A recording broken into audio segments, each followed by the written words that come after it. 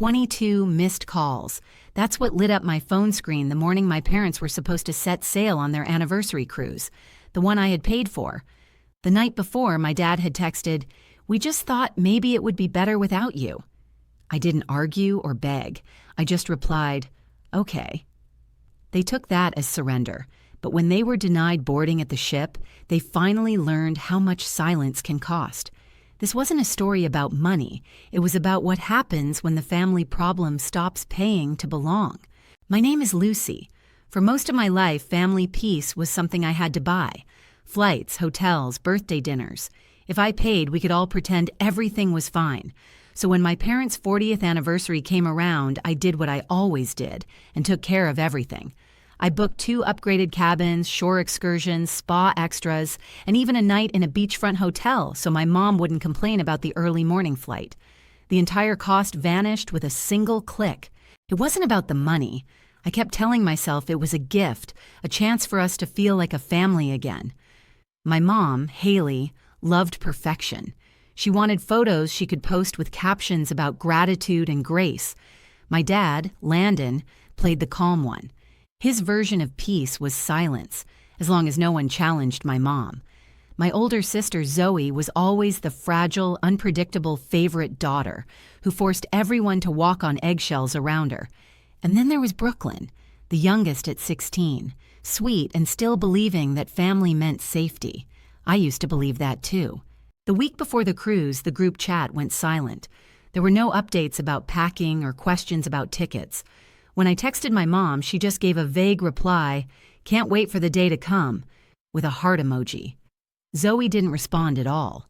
Brooklyn, who usually flooded my phone with memes and outfit pictures, stopped writing completely. That silence had a sound. It hummed like the moment before a power outage. I told myself I was overreacting, but deep down, I knew it was a warning. 2 nights before they were set to leave, I called my dad to go over the flight schedules, just like I always did. He sounded cheerful, almost rehearsed. "Oh, we got our own ride," he said. Something cold twisted in my stomach. What ride? There was a pause just long enough for the truth to form. Then he said it. "We just thought maybe it would be better without you." I stared at the wall, letting the words sink in. Better without me.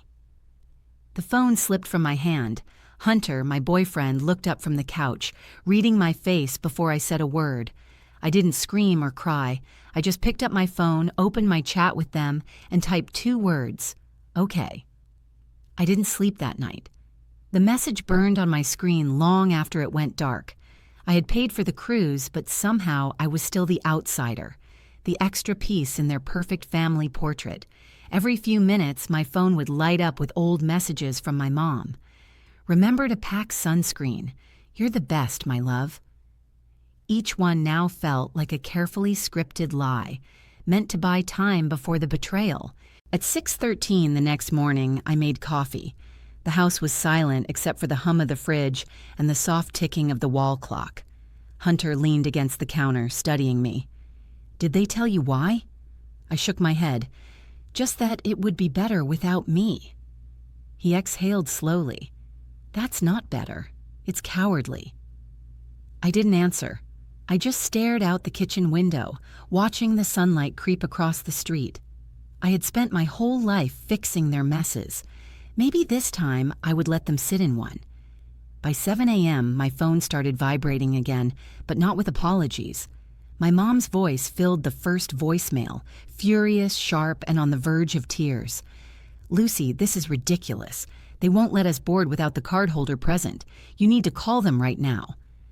I took a sip of my coffee. "No, I don't," I whispered. After 22 missed calls, I finally answered. "Lucy!" she shrieked. "We're standing here with our luggage like criminals." I put her on speakerphone. Hunter watched from the doorway, his arms crossed. "You should have thought about that before you decided I wasn't worth having around," I said calmly. "You're humiliating us," she yelled. I didn't reply. "You did that to yourselves." Then I hung up. 3 hours later, a loud banging started. Hard, impatient knocks shook the front door. I stood at the top of the stairs, watching their shadows distort through the frosted glass. Hunter came up beside me. "Do you want me to get it?"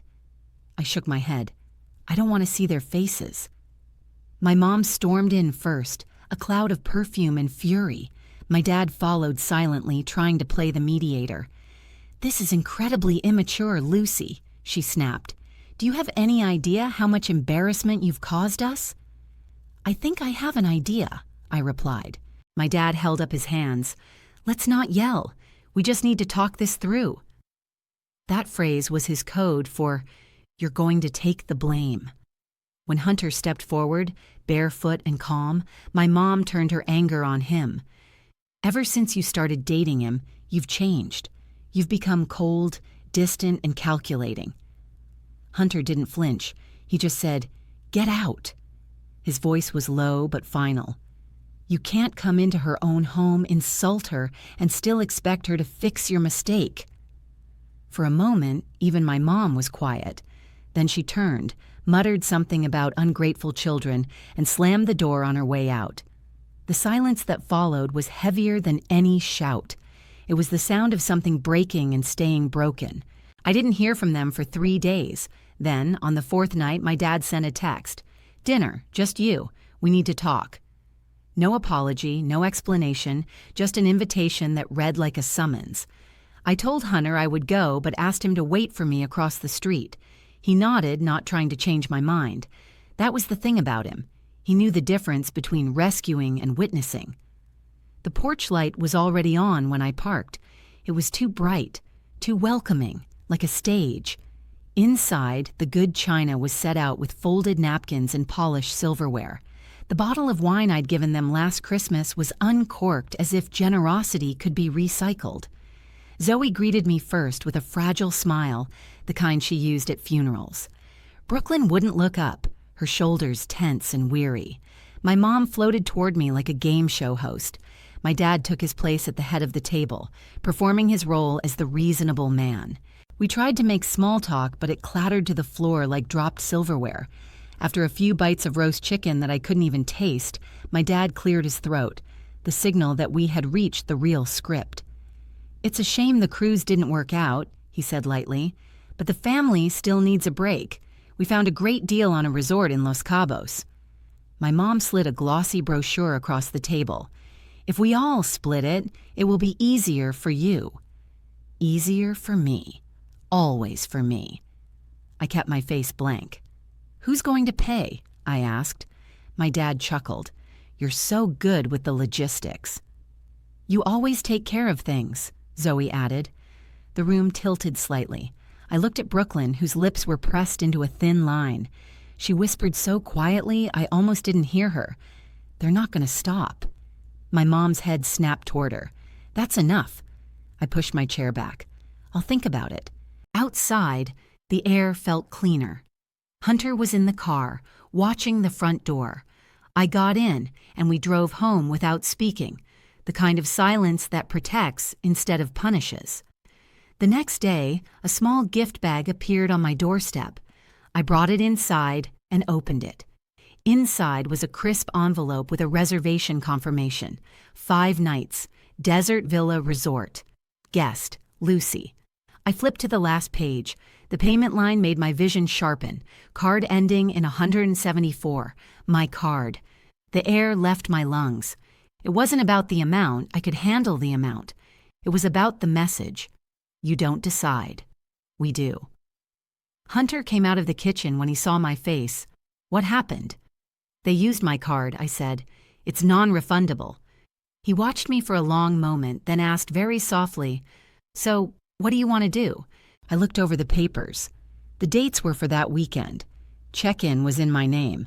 My responsibility. My power. If I wanted to use it. "They expect me to cancel," I said. "To fix what they broke. To just swallow it." "Then don't," he replied. That sentence landed inside me like a key turning in a lock. We packed light. Sunscreen, 2 paperbacks, sunglasses. I forwarded the reservation to my own email. My name, my confirmations, my payment receipts, all saved in a neat folder on my phone, like silent little soldiers lined up in a row. The flight was short. The resort lobby was all glass and desert stone, with soft music and cool air. A woman at the front desk looked up and smiled. "Welcome, Lucy."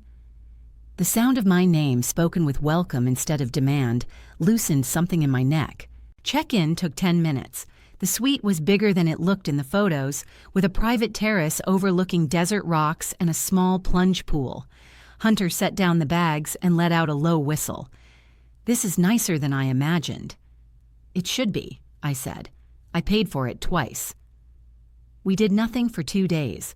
We walked, ate breakfast on the terrace, and napped with the curtains open. No calls, no messages. I put my phone on airplane mode and felt my body remember what silence could be. On the morning of the 3rd day, I turned it back on. The notifications flooded in like water from a broken pipe. The first voicemail was from my mom. "Did you really go on the trip yourself?" Then my dad. "They're saying at the resort that the room is already occupied. You need to fix this. You've humiliated us again." There were texts from Zoe filled with words like selfish and dramatic. Next, a voicemail from Zoe played, her voice breathless with disbelief. "They won't let them in. They're saying the reservation is only in your name. This is so low, Lucy." I took a slow breath and then recorded a new voicemail message for my mom. My voice sounded firm. "You stole from me. This is what happens when you steal." I hung up and left the phone on the table. By the afternoon, the narrative had spilled online. My cousin Addison posted a group photo from a barbecue with the caption, "Family First." Underneath, a comment asked, "Where's Lucy?" A minute later, my mom replied, "She decided not to come. She's been acting strange." My chest tightened with a silent exhaustion. A moment later, a new text came in from Brooklyn. "They're lying. I'm sorry." She attached a picture of the old cruise itinerary I had put together. "I'm going to tell the truth." "You don't owe me that," I wrote back. "Take care of yourself." But the family machine was already turning. My aunt texted, "Can you share the invoice?" In less than an hour, 2 more cousins asked, "Is it true they used your card again?" I didn't make speeches. I just sent screenshots, payments, statements, receipts. Each time I hit send, the anger I'd been holding loosened a little. Facts are calmer than apologies. By evening, the family group chat was lit up with messages. I didn't participate. I poured sparkling water, went out to the terrace, and watched the desert rocks turn golden. Hunter sat beside me. "You know what this is like?" he asked. "It's like when the school bully realizes the teacher has been standing in the doorway the whole time." I smiled. "And the teacher is the terms and conditions." "Exactly." The next morning, a blocked number called. It was my dad. "We didn't think it would go this far. Your mother is a mess." "They used my money," I said. "Twice." "It was a misunderstanding," he replied. There was a pause. "We apologize if things were misinterpreted." There it was. The apology for my reaction, not their action. I ended the call. At noon, someone slid an envelope under the suite door. It was a card from my mother. "Sorry if we crossed a line." There was no check, no offer to repay the money, just a plea to restore the old order. I left the card on the table and went for a swim. When we flew back 2 days later, the air in our house finally felt like our own. By that evening, the family's narrative was crumbling. Addison posted a vague quote about people who rewrite your history behind your back. My mom's best friend stopped liking her posts. My aunt sent one final text, "You deserve better. I've already told them." Then Brooklyn called. She whispered, "They told me to block you. I'm not going to." She took a breath. "I'm going to spend Christmas with you and Hunter, if that's okay." "It's more than okay," I replied. "It's home." After hanging up, I opened the folder on my phone one last time. Payments, receipts, statements, proof that I had spent years buying a version of love that never existed. The photos from the resort were on top. I saved those too, not as proof for anyone else, but as proof for myself. That night, I understood the confrontation was over. It ended with a boundary that held firm, with stolen money redirected toward my own peace, and with a silence that finally belonged to me. 3 months passed with no calls or new drama, just a calm that no longer hurt. Life began to find a rhythm I didn't know I missed. I would wake up without a stone of dread in my chest. Brooklyn came to stay for 2 weeks in February, bringing her nervous laugh and too many sweatshirts. We painted the living room while Hunter played old records. We didn't talk much about our parents. Some wounds need distance, not words. One night, she asked quietly, "Do you think Mom really believed what she was doing was okay?" I thought for a long time before answering. I think she believed whatever made her feel comfortable. Some people confuse comfort with love. Brooklyn nodded slowly. I used to think family meant forgiving anything. Now I think it means not letting it happen again. That's when I knew she had crossed the same bridge I had, only younger and braver. When she left for college, she hugged me tight. "Thank you," she whispered, "for showing me what peace looks like." Now, when people ask if I miss my parents, I tell the truth. I miss the idea of them, the version I paid for, not the reality that only knew how to take. The real loss wasn't the cruise or the money. It was the years I spent believing love had to be earned through suffering. Today, Hunter and I run a small workshop at the local library called Boundaries and Balance.